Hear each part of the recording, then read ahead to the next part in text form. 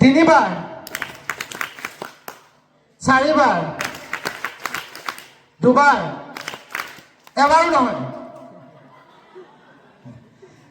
Silent নে কি বাৰু? মনে মনে থকা হয়নে নহয়? নীৰৱতা।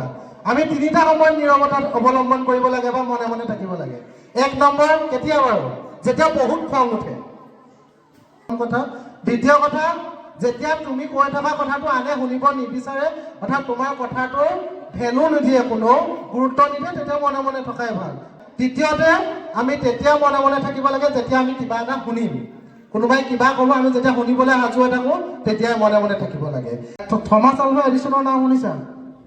থমাছ আলভা এডিছন খুব বিখ্যাত বিজ্ঞানী আছিলে। তেওঁ প্ৰায় 1000ৰো অধিক আৱিষ্কাৰ কৰিছিলে। যে বাল্বটো দেখিছা, বাল্বটো কোনে আৱিষ্কাৰ কৰিছিলে জানা নেকি? থমাছ আলভা এডিছনে। তেওঁৰ কথা কৈ আছোঁ। তেওঁ এই বাল্বটো যেতিয়া আৱিষ্কাৰ কৰিবলৈ গৈছিলে, তেওঁ 9999 বাৰ ফেইল হৈছিলে বুলি কয়।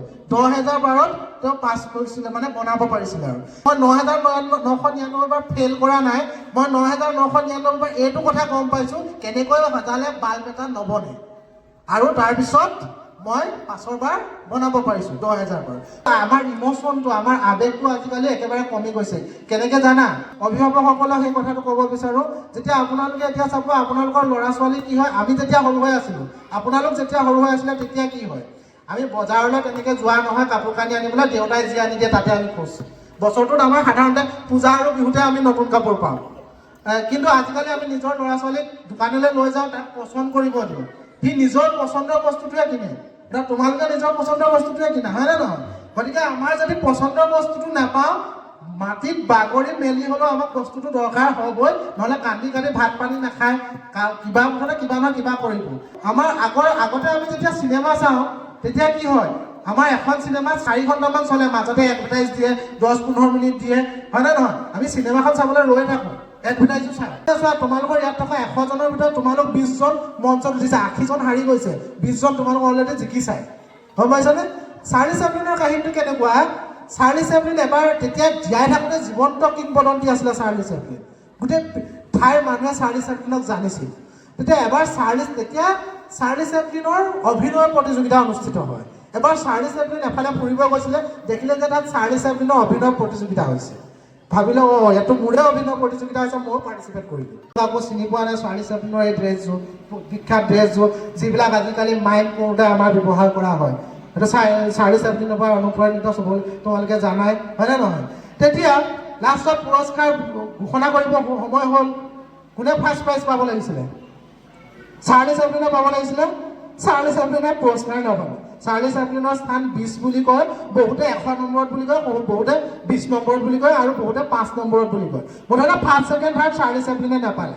কাৰ প্ৰতিযোগিতা হৈছিলে? চাৰ্লি চেপলিনৰ। কোনে অংশগ্ৰহণ কৰিছিলে? চাৰ্লি চেপলিনে। তেনেহ'লে চাৰ্লি চেপলিন টপাৰ, মানে ফাৰ্ষ্ট পজিশ্যনত থাকিব লাগিছিলে, নাপালে। পুৰস্কাৰ দি গ'ল, যোৱাৰ পিছত চাৰ্লি চেপলিনে মঞ্চত উঠি গ'লে, মই কথা এষাৰ ক'ব বিচাৰোঁ। চাৰ্লি চেপলিন মঞ্চলৈ উঠি আহিলে, উঠি আহি কৈছে যে ময়ে চাৰ্লি চেপলিন। এতিয়া চব আচৰিত, কাৰণ মাত্ৰ পুৰস্কাৰো পোৱা নাই। তেতিয়া চাৰ্লি চেপলিনে কৈছে, মই ইয়াত পুৰস্কাৰ পোৱা নাই, মোৰ অকণো দুখ লগা নাই। মই জানো এখন প্ৰতিযোগিতাত কিছুমান নিৰ্ধাৰিত নীতি নিয়ম থাকে, নিৰ্ধাৰিত বিভিন্ন ধৰণৰ লেভেল থাকে, বোলে আৰম্ভণি এইখিনি হ'ব, হয়নে নহয়? উচ্চাৰণ শব্দ এইবিলাক কথা থাকে। হয়তো আজি মই নিজে যিমান বেষ্ট এক্টিং কৰিছিলোঁ, আজি হয়তো মই সেইটো ধৰণে কৰিব পৰা নাই, বা বিচাৰকে যিবিলাক নিয়ম নিৰ্ধাৰণ কৰিছে সেইবিলাকত মই অনুত্তীৰ্ণ হৈছোঁ। গতিকে এই কথা মোৰ অকণো দুখ লগা নাই। মই নিজে যদিও নিজৰ প্ৰতিযোগিতাত অনুত্তীৰ্ণ হৈছোঁ বা পুৰস্কাৰ লাভ কৰিবলৈ সক্ষম হোৱা নাই, তথাপিও কিন্তু মই কি হৈছে, চাৰ্লি চেপলিন নোহোৱা হৈ গৈছে জানো? নাই হোৱা। গতিকে যিসকলে পুৰস্কাৰ পোৱা নাই, তেওঁলোকে নিজকে চাৰ্লি চেপলিন বুলি ভাবা, একোজন শক্তিশালী প্ৰতিযোগী বুলি ভাবা।